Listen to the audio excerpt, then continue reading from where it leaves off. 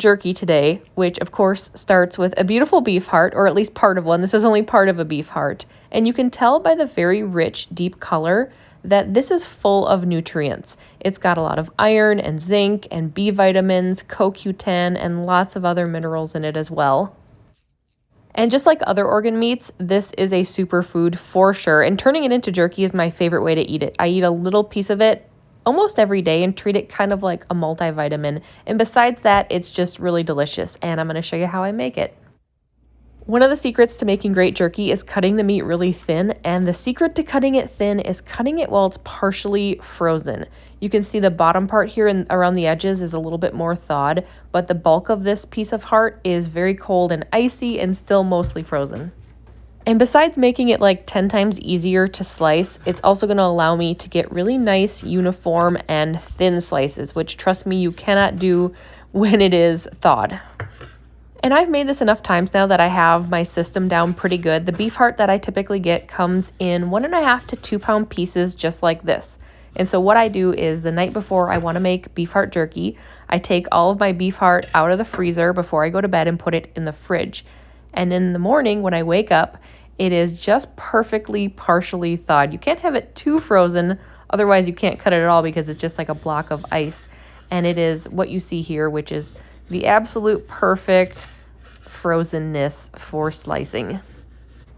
And you know, having a sharp knife is also really important for this. I'm going to show you on this end, remember this end was partially thawed a little bit more, how difficult it is to cut when the meat isn't frozen. And not that I can't do it, because certainly I can cut this into slices, but they're not as uniform, they're not as nice looking, and it's definitely more of a struggle to do. Let's talk about the stuff on the outside of the heart. It's just fat, and it's up to you whether or not you want to keep it and have it in your jerky or you want to remove it. I don't particularly care for the fat in my jerky, so I'm going to cut it off. And your heart might come with a little bit more, a little bit less, and it's just totally up to you. And I have found that sometimes it's easier to remove the fat when the heart is whole, like I'm doing here. And sometimes it's actually easier to remove after you've cut it into slices. So you'll just have to see what yours looks like. And I'm definitely not fussing over this. I am not going to go around and remove every piece of tissue or membrane and every little speck of fat. I am just aiming to get off the really thick stuff. One more thing I want to note while I work on cutting this up is that in a heart, there's lots of valves and connective tissue and different things. And sometimes those come a little bit trimmed from your butcher, sometimes not as much. I don't bother with those. Whatever is inside the heart is going to make it into my jerky, including if there are any blood clots, which is what you're seeing right here. This one is still frozen, which is why it looks like this. And sometimes I find these in my hearts and sometimes I don't. And it's not a big deal at all. I do not bother removing them. They just kind of dissolve into the marinade and go unnoticed. But you're welcome to remove them if you want to. I always have a very captive audience in the kitchen whenever I make beef heart jerky, and of course, I always have to share a little bit. For the marinade, I'm using salt, of course, and some Tamari, which is like a gluten-free soy sauce.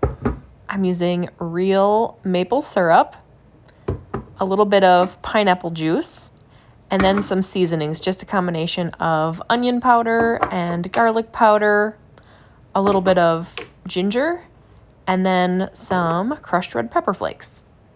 It's really simple to whip up. I just throw all the ingredients together in a cup and stir it around. And I will put a list of the ingredients and a link to the written recipe in the video description below.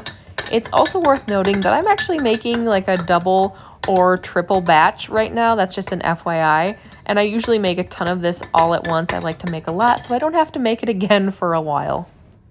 Next, I'm going to pour the marinade over the meat, and if you're doing just a single batch of this, you can definitely put the meat and the marinade in a zip-top freezer bag together and marinate it in a bag, which is a little bit easier and you don't have to get your hands dirty. But because I have such a big batch, I need to make it in a pretty big bowl. Now I'm gonna mix it, and the best tool for this job is definitely your hands. So I'm just gonna get in there and flip-flop all the meat around and make sure that it all gets coated in the marinade. Some of the slices, especially the thinner ones, like to try to stick together, especially if they're frozen too. So I'm gonna make sure that they all come apart and separate and all get coated. You will also notice I'm using a plastic bowl here. You can use plastic or glass, just don't use a metal bowl because the pineapple juice is a little bit acidic and your jerky could end up tasting like metal. And if you're doing this in a plastic bag, you can kind of just put everything in there and squish it all around without getting your hands dirty, which is nice.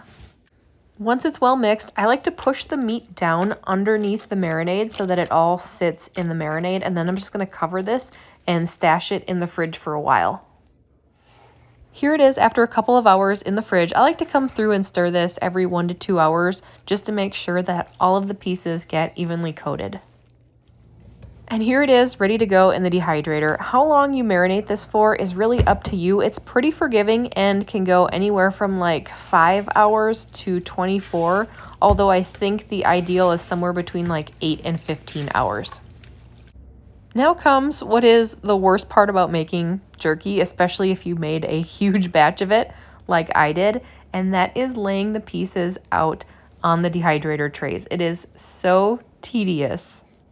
It's wonderful that there are thin slices because that makes a really great finished jerky, but that also makes it more difficult to put them out in a thin, even layer because they really do need to be in a single layer. You can see that they can kind of be folded up in places. That's just fine, but they shouldn't be overlapping. A couple other things I wanted to mention are that, number one, I don't drain the marinade from the meat before I do this. There's really not that much left anyways. The meat kind of soaks it up, but I actually want as much of the marinade on the meat as possible. And then number two, you don't need a rubber glove to do this. The only reason that I'm wearing one is because I absolutely have to do this task with my right hand, all of this fine little work of untwisting the meat, and I have a cut on one of my fingers, so I'm just protecting it with a glove. Let me speed this up a little bit. Gosh, I wish that it went this fast in real life. I like the technique of just putting a blob of the meat in the middle of the tray and then picking from it. It saves time and you don't have to have your hand going back and forth into the bowl the whole time. Once you have all the meat on the trays, get it in the dehydrator. My machine has a setting for jerky, which is around 155, 160 degrees, and I find at that temperature it takes anywhere from 5 to 8 hours. You will know it's done because it's flattened and it doesn't feel like there's any moisture in it and it doesn't have places that are squishy. I like my finished jerky to be a little bit more pliable like this. If you overshoot, it tends to turn crispy, which is also fine. It's kind of up to you if you want it more pliable or more crispy. And then the last step is to package it up. I store this in zip top freezer bags in the freezer, and then I just take out what I need from there. It thaws pretty much instantly. And I feel a little bit more comfortable keeping it in the freezer, especially long term because I do make so much of it at one time. And that's it. That's how to make delicious beef heart jerky. Let me know if you have any questions, and if you found this video helpful, I would love it if you could give it a thumbs up. And make sure to subscribe to my channel so that you are the first to know whenever a new video is posted.